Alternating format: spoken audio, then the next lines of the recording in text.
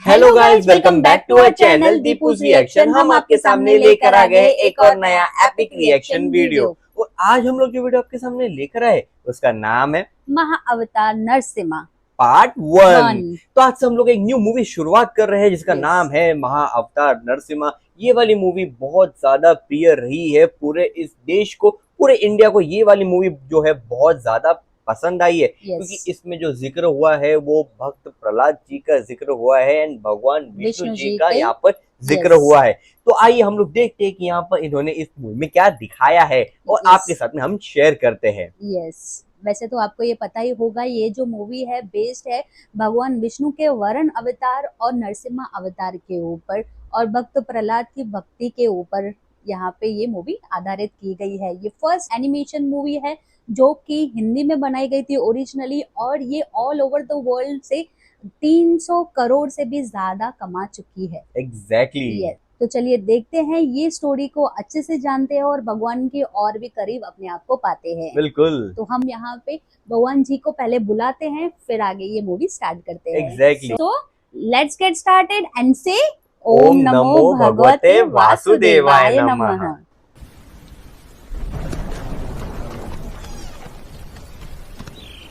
अच्छा एनिमेशन किया है। यस, बहुत अच्छा साउंड इफेक्ट्स है।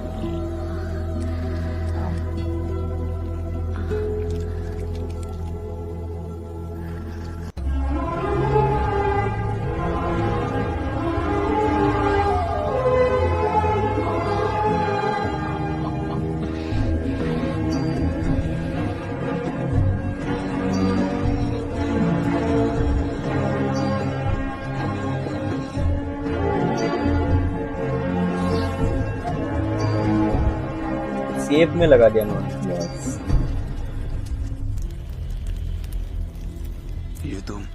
ये तुम क्या कर रही हो दीदी? स्वामी, पता नहीं क्यों, परंतु कामदेव ने अभी अभी मुझ पर अपना बाण चलाया है। क्या वासना के आवेश ने तुम्हें इतना दुर्बल बना दिया है कि तुम एक साधु की संध्या पूजा में बाधा डालने से भी स्वयं को रोक नहीं पाई? प्रभु,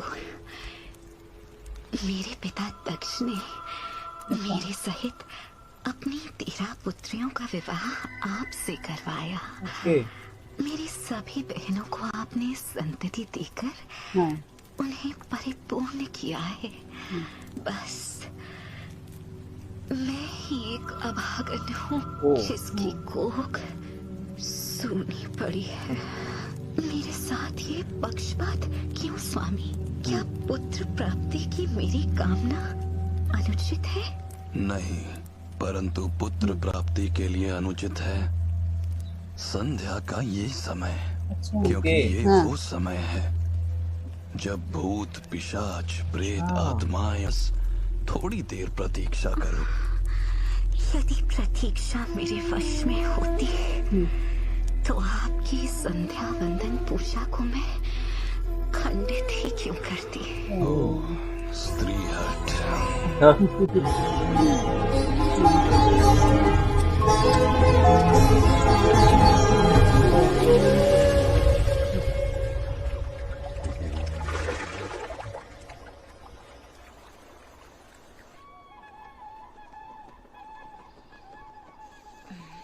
सुबह होगी। क्या हुआ स्वामी, आप चिंतित दिखाई पड़ रहे हैं? मूर्ख नारी, मैंने तुम्हें चेतावनी दी थी कि संभोग के लिए समय अनुकूल नहीं था, परंतु तुमने एक न सुनी। अब भुगतो। अर्थात? क्योंकि तुमने मेरे परामर्श को न मानकर शास्त्र के नियम तथा समय के पालन का उल्लंघन किया। इसके फल स्वरूप 2 महाभयानक राक्षसों ने तुम्हारे गर्भ में आश्रय लिया है। तुम्हें पुत्र चाहिए था ना? तो लो, अब तुम 2 खूंखार असुरों की माता बनोगे। असुर जो ना तो कभी जन्मे थे और ना ही कभी जन्मेंगे। इनके जीवन के केवल 2 ही लक्ष्य होंगे, भगवान से शत्रुता और उनके भक्तों पर हिंसा। तीनों लोकों में ये अपने अत्याचार से त्राही त्राही मचा देंगे। Oh my God. और जब इनका अत्याचार चरम सीमा पर पहुंचेगा, हाँ।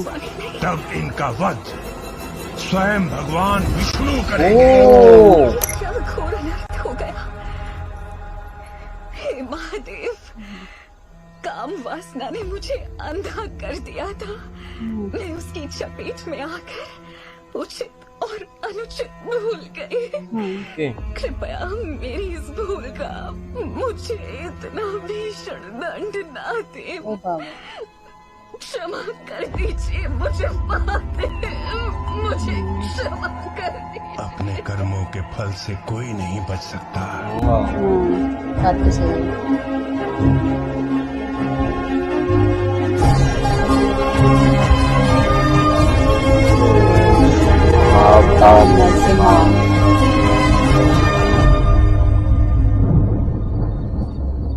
असुर कुल गुरु शुक्राचार्य, उन्हें इसी दिन की प्रतीक्षा थी। अच्छा।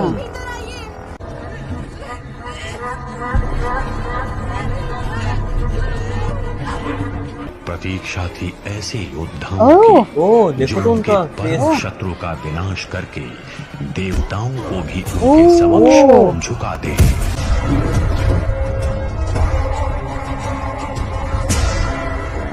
उन्होंने जुड़वा भाइयों को हर तामसिक विद्याओं से परिचित करवाकर अथवा विभिन्न प्रकार के अस्त्र शस्त्र से महाबली बनाया। शीघ्र ही दोनों भाइयों ने इन काली शक्तियों पर महारत प्राप्त कर कई अलौकिक योग सिद्धियां प्राप्त की। अपने असीम बल द्वारा इन्होंने पूरे पाताल लोक में आतंक मचाकर सबको भयभीत कर दिया। इनका विरोध करना स्वयं मृत्यु को पुकारना था और असुराचार्य की संजीवनी विद्या शक्ति इस असुर साम्राज्य के लिए एक जीवदान थी।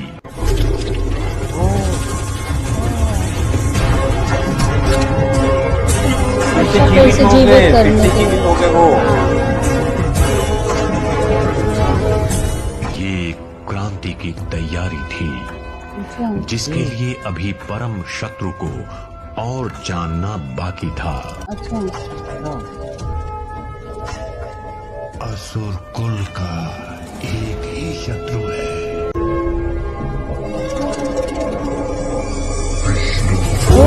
भगवान विष्णु की बात है। जहाँ एक ओर ये सृष्टि उलट रही थी, तो वहीं दूसरी ओर फलीभूत भी हो रही थी। यहाँ का हर एक प्राणी आनंदमय था। वो प्रकृति के साथ मिलकर रहता था और उसे पूजता भी था। गाय, वायु, प्रकृति और परमात्मा के इस क्रम को अच्छी तरह जानता और योग द्वारा उन्हें अपने प्रयोग में भी लाता था।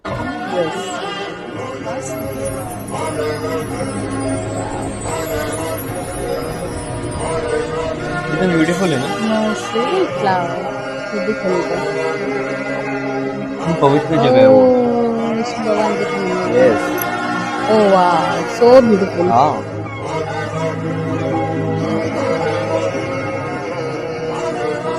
ओह वाह, लुक एट इट, मस्त स्वास्तिक बना, बड़ी प्रतिमा है। यस, प्रतिमा भी बहुत बड़ी, देवताओं को ब्यूटीफुल प्रसन्न करने के लिए वहाँ के एनिमेशन बहुत अच्छा किया यज्ञ गया, बहुत तथा अच्छा। अनुष्ठान करते, ब्राह्मणों की शुद्धि और यज्ञ से प्रसन्न होकर स्वयं देवता प्रकट होते और यज्ञ की आहुति स्वीकार कर परब्रह्म श्री विष्णु तक पहुँचाते, जो अपनी कृपा सभी जीवों पर बरसाते। परंतु इन असुर भाइयों की शक्ति से ये परिचित न थे।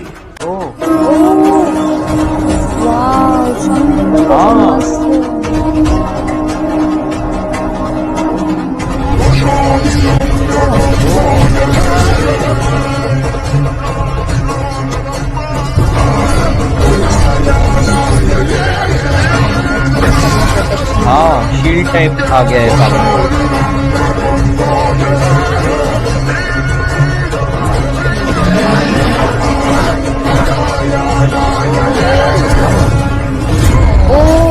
शील्ड तोड़ के पार कर दिया।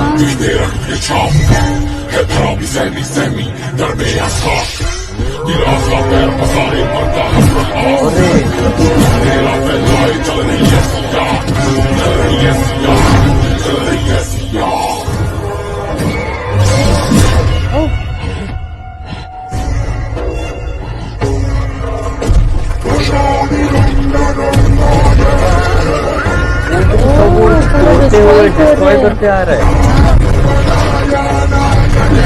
हाँ ना, वो तो पूरा डिस्ट्रॉय कर रहे हैं। अरे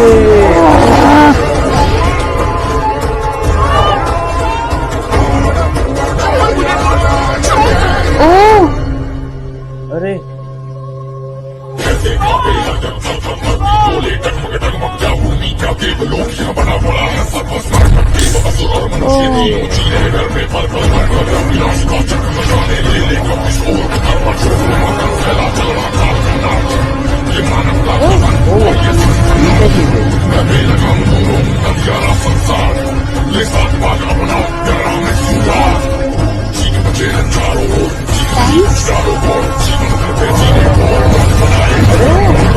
वो रथ है क्या उनका?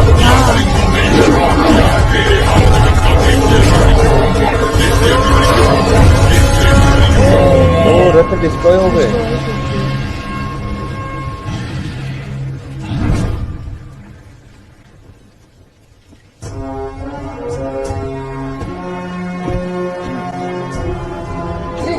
क्या निर्लज्ज लोग हैं।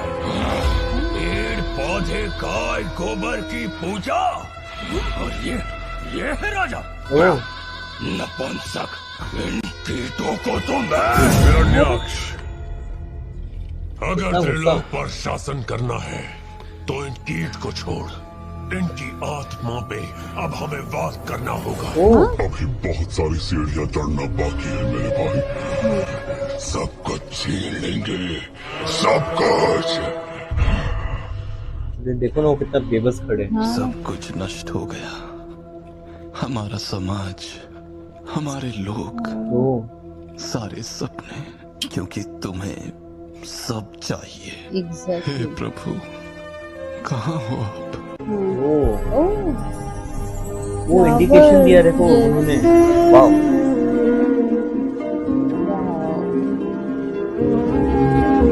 ये है प्रभु है। टेंशन नहीं लो, इंडिकेशन समझ गए। भैया, इनका तो सब कुछ लूट लिया। संभव है चाहे कुछ भी कर लो, नष्ट कर दो सब Energy. कुछ, कितना ही लूट लो हमें, हमारी इस सभ्यता को एक वस्तु कभी हमसे छीन नहीं पाओगे, और वो है हमारी आस्था। श्री विष्णु के लिए। हिरण्यकश्यप, याद रखना, तुम सबके ऊपर जाना चाहते हो ना? परंतु आज के बाद केवल अपने विनाश की ओर जाओगे। और एक दिन आएगा जब इसी अहंकार के सीढ़ी की अंतिम चरण से उतरकर तुम स्वयं अपनी मृत्यु को बुलाओगे। ओम नमो भगवते वासुदेवाय। अरे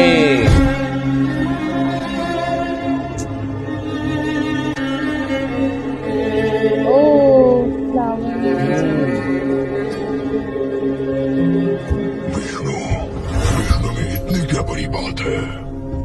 विष्णु में बड़ी बात यह है कि वो एक शातिर बहरूपिया है।